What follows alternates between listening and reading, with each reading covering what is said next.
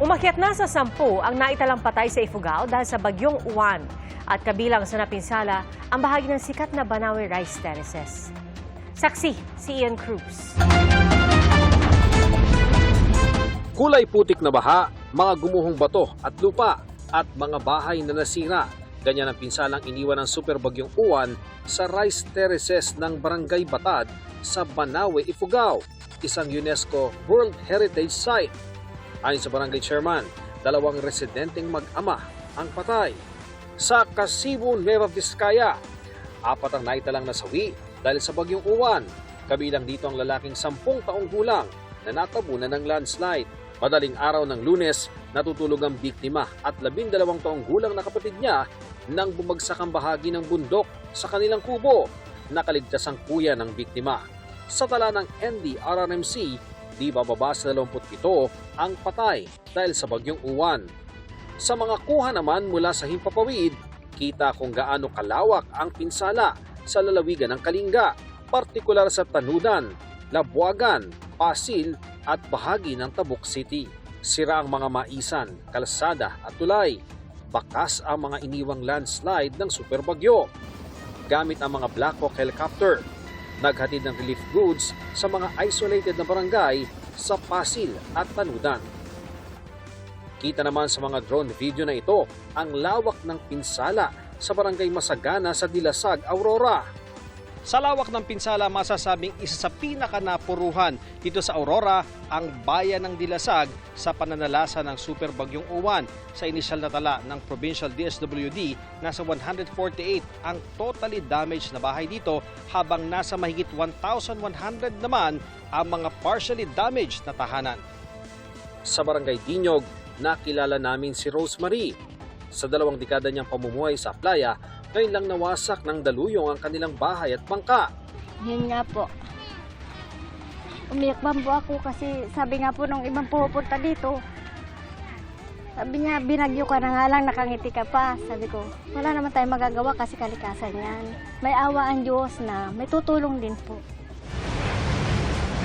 Sa bayan ng Kasiguran naman, ganitong kabagsik ang bagyong Uwan.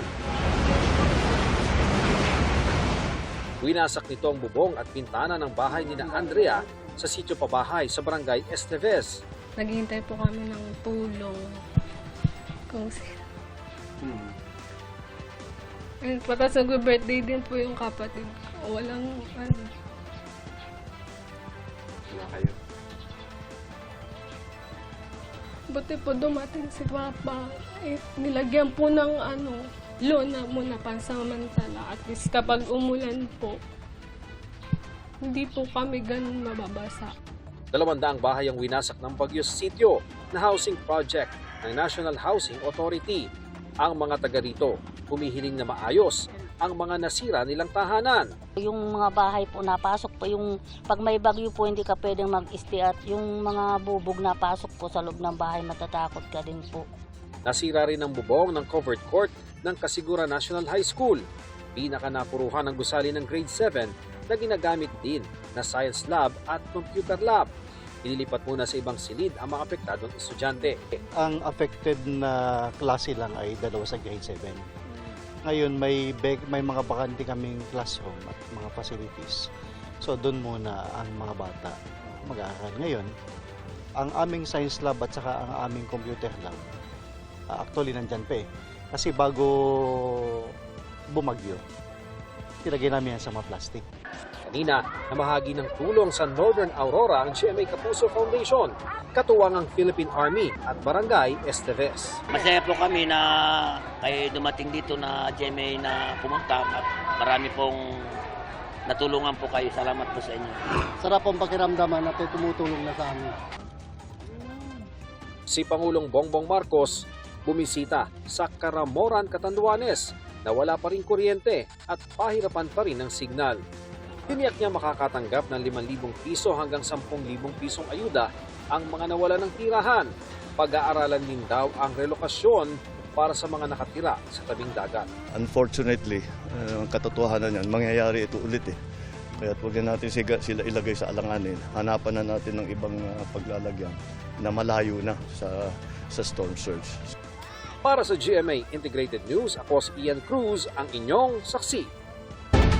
Natupok ang isang kotse sa gitna ng flyover sa CM Recto Avenue sa Cagayan de Oro City. Ayon sa mga bumbero, nangyari po yan matapos bumangga ang kotse sa isang SUV. Sumalpok ang kotse sa railing at nayupi ang likuran nito na posibleng dahilan kaya umano nagkatagas ang tangke ng gasolina. Ayon sa pulisya, nagtuturoan ang parehong driver kung sino sa kanila ang lumihis ng daan na nagdulot ng disgrasya. Nasugatan ng isang sakay na SUV at ligtas naman ang iba pang pasahero at 2 driver. Wala pa po silang pahiya. Ayon sa mga pulis, mag-uusap ang 2 panig sa mga susunod na araw. Matapos ang 10 taong pagtatago, arestado ang lalaking nanggaha sa umano sa sariling pamangkin. Saksi, si Emil Sumangil, exclusive.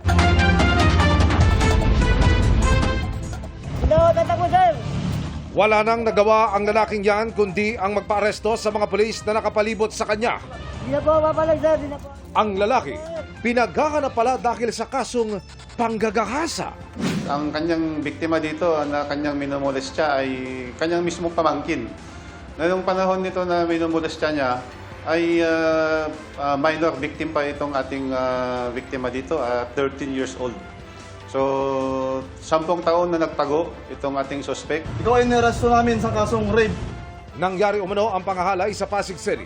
Ang suspect, lumipat naman sa Quezon City para magtago kaya doon na siya dinakip ng mga pulis.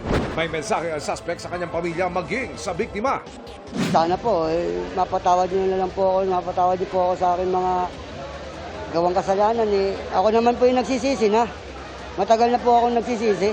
Simula pa lang no po. Patawaran niyo po ako. Kapag napatunayang nagkasala, makakaharap ang suspect sa habang buhay na pagkakabilanggo. Bantayan po natin lagi yung mga anak natin. Huwag po nating ipagkatiwala kahit kanino. Yung ating mga members of the family, dapat ma-briefing din ito na kung hanggang saan lang yung limitations nila pwedeng hawakan yung mga ating mga anak. Para sa GMA Integrated News, Emil Sumangil ang inyong saksi.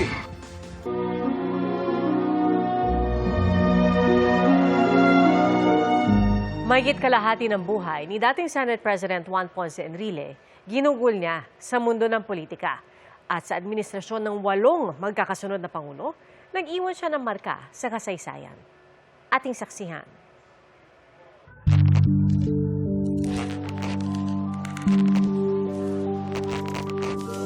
Isa siya sa mga naging mukha ng martial law. Ngunit naging mukha rin ng EDSA People Power. Pero sa totoo lang, si Juan Ponce Enrile walang naging iisang kulay sa politika. Ipinanganak noong February 14, 1924 sa Gonzaga, Cagayan. Hindi naging madali ang kabataan ni Enrile na nakaranas na mangisda at maging houseboy para tustusan ang pag-aaral. Pero nang tumungtong sa edad na 21, nakilala niya ang tunay na ama na isa palang politiko mula sa prominenteng pamilya. Sa tulong ng ama, nakapagtapos si Enrile ng kursong abogasya bilang cum laude sa Universidad ng Pilipinas at nagka-masters sa Harvard Law School. Pero simula 1966, gagawa siya ng pangalang higit sa sinuman sa kanilang pamilya. Nang maging Undersecretary at kalaunay Acting Secretary ng Department of Finance ng administrasyon ni dating Pangulong Ferdinand Marcos Sr. Nagsilbi rin siyang Justice at Defense Secretary sa ilalim ng parehong administrasyon at kalaunay madidikit ang pangalan sa mga kontrobersya. Have proclaimed martial law in accordance with the powers vested in the President by the Constitution of the Philippines. Isa sa mga idinahilan noon ni dating Pangulong Marcos para ideklara ang batas militar, ang umano'y ambush ng mga rebelding grupo sa nooy Defense Minister na si Enrile. 2 ang bersyon niyan sa kasaysayan na parehong galing sa kanya. May puntong inamin niyang peke at palabas ang engkwentro, pero kalaunan ay iginiit niyang totoo. That's silly because martial law is already going on. Why should I take my ambush to justify martial law when it was already on? irreversible na eh.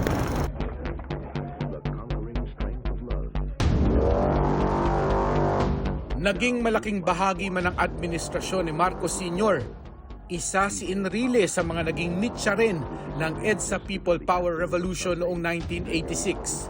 Kumala siya at ang nooy AFP Vice Chief of Staff na si dating Pangulong Fidel V. Ramos sa Administrasyong Marcos. Nagsilbi pa nga siyang Defense Minister ng pumalit na si Pangulong Corazon Aquino. Pero kalaunay pinagbitiw at kinasuhan ng masangkot sa umano'y planong kudita laban sa Administrasyong Aquino. Tila mauulit ang kasaysayan nang ipaaresto naman siya ni dating Pangulong Gloria Macapagal Arroyo noong 2001. Matapos iugnay sa paglusob ng mga taga-suporta ni dating Pangulong Estrada sa Malacanang bilang protesta.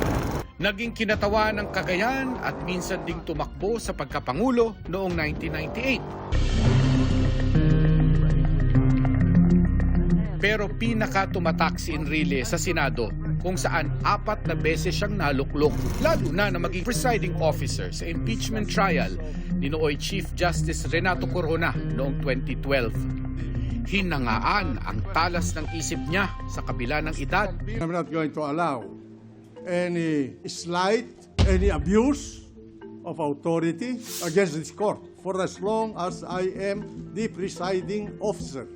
At itinuring na rockstar ng impeachment trial.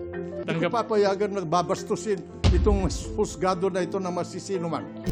Pero 2 taon matapos niyan, isinangkot naman si Enrile sa kontrobersyal na pork barrel scam at kinasuhan pa ng kasong plunder.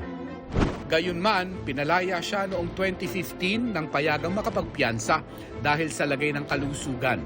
Tuluyan siyang inabsuelto sa lahat ng kaso kaugnay ng pork barrel issue noong October 2025. Pinasasalamatan ko yung mga magistrado for rendering justice to all of us. I knew all along that I'll be acquitted because I've not done anything. Nag-anunsyo man ng pagre-retiro sa serbisyo publiko noong 2016. Tumakbo muli si Enrile bilang senador noong 2019 bagamat natalo. Sa pagkakaupo naman ni Pangulong Bongbong Marcos sa pwesto, naging Chief Presidential Legal Counsel si Enrile sa kabila ng edad niyang 78. Mula sa aklat ng kasaysayan hanggang sa mga meme na nagtampok sa kanya sa social media, wala nang duda sa haba ng karera ni Enrile sa politika.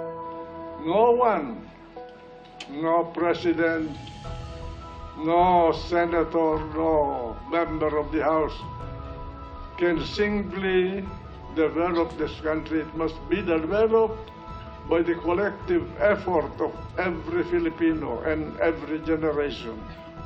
It is the only country that we have, and we happen to be here. Ngayon, isasara na ang kanyang kabanata. Pero patuloy na mararamdaman ng susunod na henerasyon ang ambag niya sa paghulma ng takbo ng bansa. Para sa GMA Integrated News, ako si Mark Salazar, ang inyong saksi. Mga kapuso, maging una sa saksi. Mag-subscribe sa GMA Integrated News sa YouTube para sa iba't ibang balita.